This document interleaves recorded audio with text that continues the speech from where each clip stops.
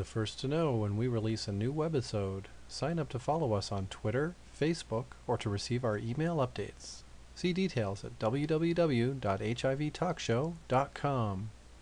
I found this out through a friend of mine the other day. We were out in the suburbs of Atlanta, and her teenage daughter, 16, was there, and she was talking to me about all her gay male friends, and how they are out in high school. And we didn't have out people in high school when I was a kid. So it's a different world, I think, than what I was in the 20 years plus that I've been out of high school. What have you been experiencing with the gay population, gay men especially? I think in the African American community, it's still a big issue. Being gay, black, young, and in some cases possibly, not employed, on drugs or anything like that. The extra baggage is still an issue, and I think that kind of makes it really difficult for young gay men, African American men, to to really advocate for themselves and put up a fight for themselves, so that HIV is not becoming their disease. But the increasing numbers of gay African American men who are getting infected in an area like Gwinnett County, I think is there's something that's really wrong there, and we have to really control it. And part of controlling it is getting more young gay men to come out, to be comfortable with their homosexuality, and getting heterosexual people in the African American community to become more accepting, more understanding, and open to some real serious dialogue with our African American brothers and sisters who are gay, and not creating this kind of real defensive attitude towards gay black men. And I think that's a big problem, that we're not dealing with the issue head on. It's really kind of being pushed under the rug, and almost as if people are just saying, well, that's their problem. But they're a part of our community, and we have to embrace everybody. And part of our family. And part of our families. And part of our church. And part of our churches. And part of our community. And families, churches, communities need to create that conversation and not push it to the side. It became a big issue when we started to talk about men on the DL all of the time. To me, and I say this to everybody, I said, no, that became an excuse. So now we're going to say that African American women are being infected by African American men who are having sex with men and having sex with women. Well, that sounds more like an excuse because it's all going hand in hand. It doesn't matter who it is. Let's deal with the overall issue, HIV infection, and stop pointing fingers, stop playing the blame game, deal with the issue as a whole. Very wise.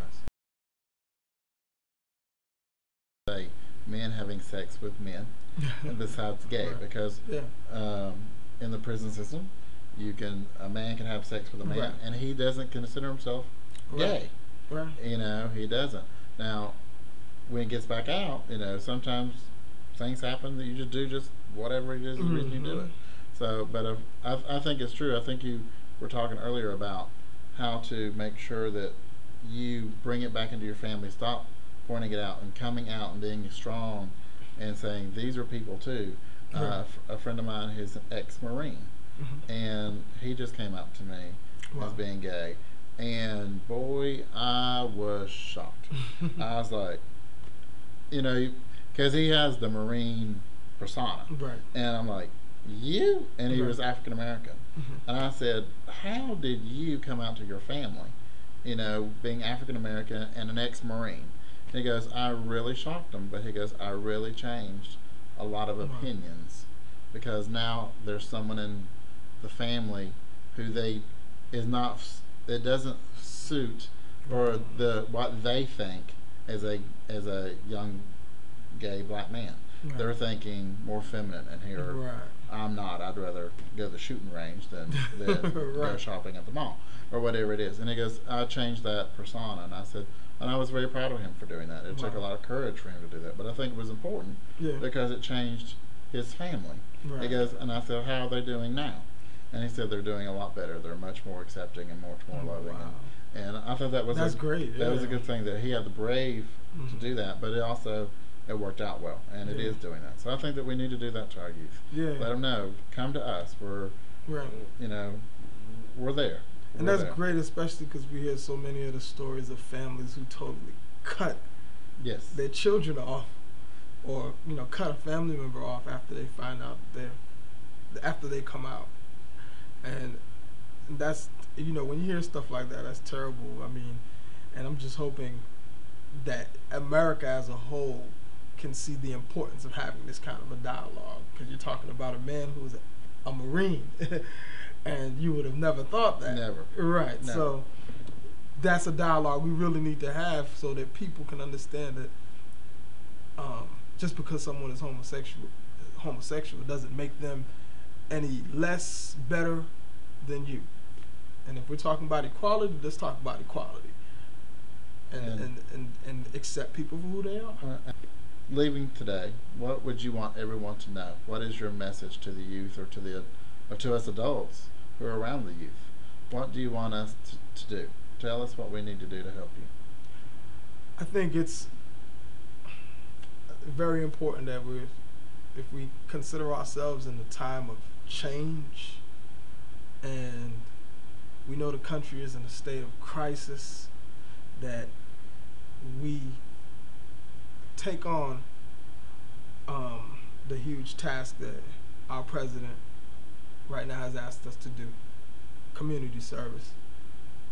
We have to each, in our own way, find some kind of way to give back. It's not hard, and all it requires is maybe turning off the TV for an hour, or saying, today I'm not going to go to the golf course or to the gym, and take a little bit of time to give something back to the community. When you think of how unneighborly we've become, we're not aware of what's going on in our neighborhoods anymore, or who's that kid in the neighborhood anymore. The community is just gone. It's so gone. And just in general, if you know of an agency that's doing HIV services, volunteer. Contact AIDGwinnett. We have wonderful volunteer programs. Volunteer. Come to AIDGwinnett and volunteer. And give some time for yourself. Give some time to your church. Give some time to your local youth center. Young people can volunteer with AIDGwinnett anytime. We actually have a youth program that is specifically geared towards young people under the age of 24. It's called the TOGA program, and it stands for Teaching Our Generation About AIDS, and it allows young people to volunteer with AIDGwinnett. They go through a 6 to 8 hour training on HIV and AIDS, and after they've received the training, they receive brochures and t-shirts and information on HIV and AIDS that they can distribute to their friends, their community, their schools, and they receive volunteer hours for volunteering with AIDGwinnett. So it's a great opportunity for teens to volunteer. So thank you once again for coming on. You're doing such great work, and I admire you so much. Thank you very much. I think that is fantastic, and congratulations to AIDGwinnett. They have done such marvelous work up there, and we're very proud of them as well. And definitely, please check out their website, or check them out if you are in that area. That's something they need to at least volunteer at. Definitely volunteer. AIDGwinnett.org. .org, you got it. And on behalf of AIDGwinnett and our funders and everybody who works for AIDGwinnett, we would like to present to you, Alton, and your show. Cool. This wonderful No T-shirt. No. Okay. Get the information out there. No, get the knowledge. And that's thank you so courtesy much. of AIDGwinnett. That's got my 8 ribbons on the back. Oh, that's wonderful. Thank you so much. You're very welcome. And it's the right size. Yeah, you got me extra large. Thank you. I really appreciate it.